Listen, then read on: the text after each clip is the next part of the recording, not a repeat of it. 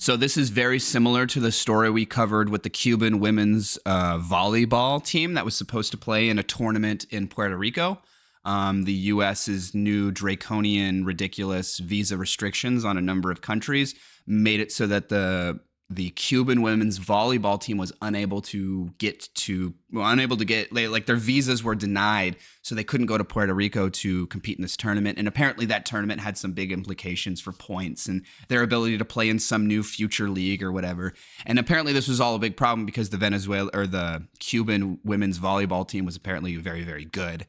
And that they would have otherwise, and that like being barred from entering this tournament will have real tangible ramifications for them and their ability to play in certain leagues moving forward. This is a very similar story. Venezuelan youth baseball team denied visas is left out of tournament in U.S. So it seems like the exact same thing has happened with a Venezuelan youth baseball team trying to compete in the Little League World Series. After a team of talented teenage baseball players from Venezuela swept through a qualifying tournament in Mexico last month, it seemed they were bound for the Senior League World Series in the United States, ready to take on some of the world's best youth ball clubs. But when the championship round begins in Easley, South Carolina on Saturday, the undefeated squad from Venezuela will not be there. The team, Sakik Mara, has been denied the visas necessary to attend, the Little League Baseball International said Friday. A team from Mexico will take its place. The Senior League World Series invites 12 teams of players ages 13 to 16, older than those in the higher-profile Little League World Series, which is for ages 10 to 12 and is a staple of ESPN's daytime summer programming. Okay, so this is for the one step up from the Little League World Series. This is the Teenage World Series, I guess. I don't know, whatever you want to call it. Kaki Kamara said it learned a week ago that the visas had been denied. Its players raised in one of the world's most unstable countries are demoralized, the team's president said. It appeared that Kaki Kamara had been swept up in the severe travel restrictions that President Trump has placed on more than a dozen countries. The administration allows exceptions for athletes and coaches traveling for major athletic competitions such as the World Cup and Olympics. Okay, so I wonder if they specifically use the verbiage of major athletic competitions such as the World Cup and the Olympics so that they can get away with denying people from these countries that otherwise should be allowed entry to play in these tournaments. Basically, they're using these, they're using the cover that other events are not as major as, or not truly major athletic competitions like the World Cup and the Olympics. They would probably argue cynically that the Little League World Championships or the Teenage World Championships or whatever is like a step down from that. And because of that, they're not expected to allow exceptions for athletes. Kakik Mara said on social media that players and coaches from the team sat for interviews on July 14th to try and secure visas, but were denied by an immigration officer.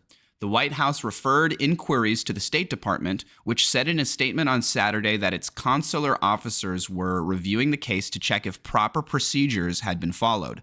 Since returning to office, Mr. Trump has imposed travel bans on at least 12 countries while restricting visas for citizens from another 7 countries, including Venezuela, which is gripped by poverty, hyperinflation, political instability, violent crime, and an authoritarian government.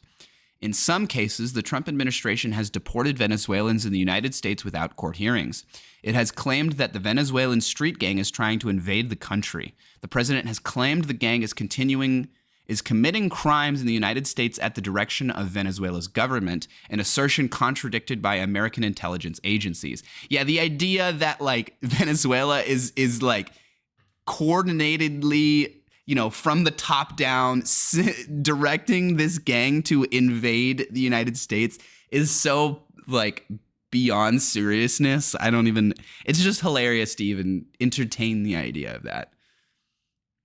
Venezuela has long been a baseball hotbed. Some of the most dazzling stars in Major League Baseball in recent years, Miguel Cabrera, Johan Santana, and Jose Altuve, among them, grew up in Venezuela.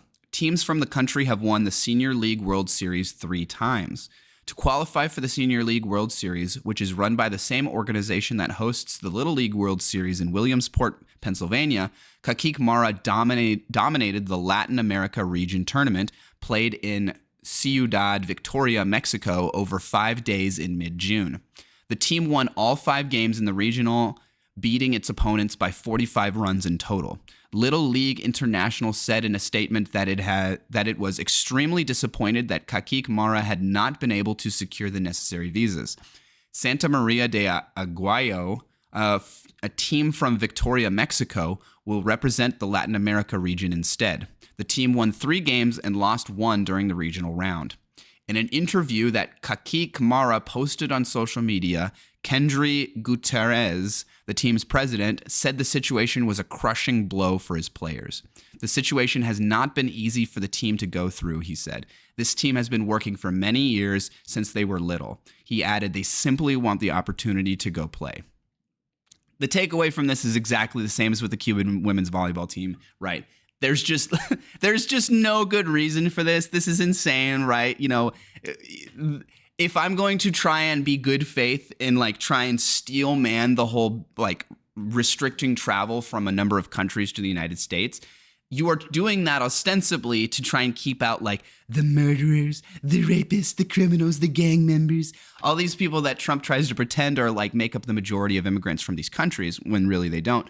But like, let's steel man this position for a second. If that is your goal, then you would implement a very robust system of visa exceptions, like a way for people to go through the process and get their visa accepted for something like the Little League World Series or the Teenage World Series or the Cuban or the Women's Volleyball International Tournament in Puerto Rico or whatever. Like, these are the exact kind of things that if you are going to try, to me, it seems obvious, right? If my honest good faith goal was to restrict travel from these countries because I genuinely believed that there was a serious like security threat as a result of people coming from these countries, then like I would be super concerned with the optics of having a program that allows exemptions to the visa, right?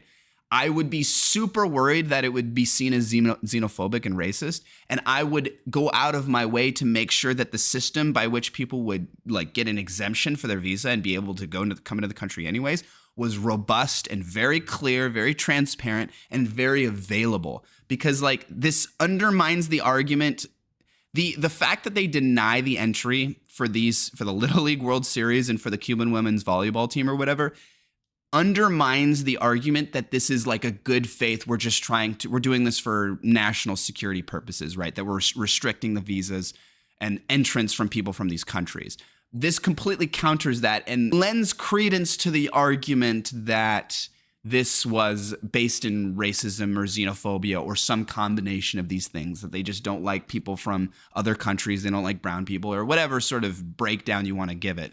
The fact that they don't have like a serious, robust visa exemption program, like a process for which people to do, and teams like the Cuban women's volleyball team and the Venezuelan Little League baseball team or whatever are getting swept up in this shows to me that they are not interested in like a good faith, interest in American security. This is about something else. This is about whoever in the administration is in Trump's ear that has that just is obsessed with race or xenophobia or I don't know. It just makes no sense to me. And it seems like the exact opposite thing I would do if I was genuinely interested in restricting travel from these countries because of legitimate security reasons. You would never allow this sort of thing to happen because it's such bad PR. This undermines everything you're doing.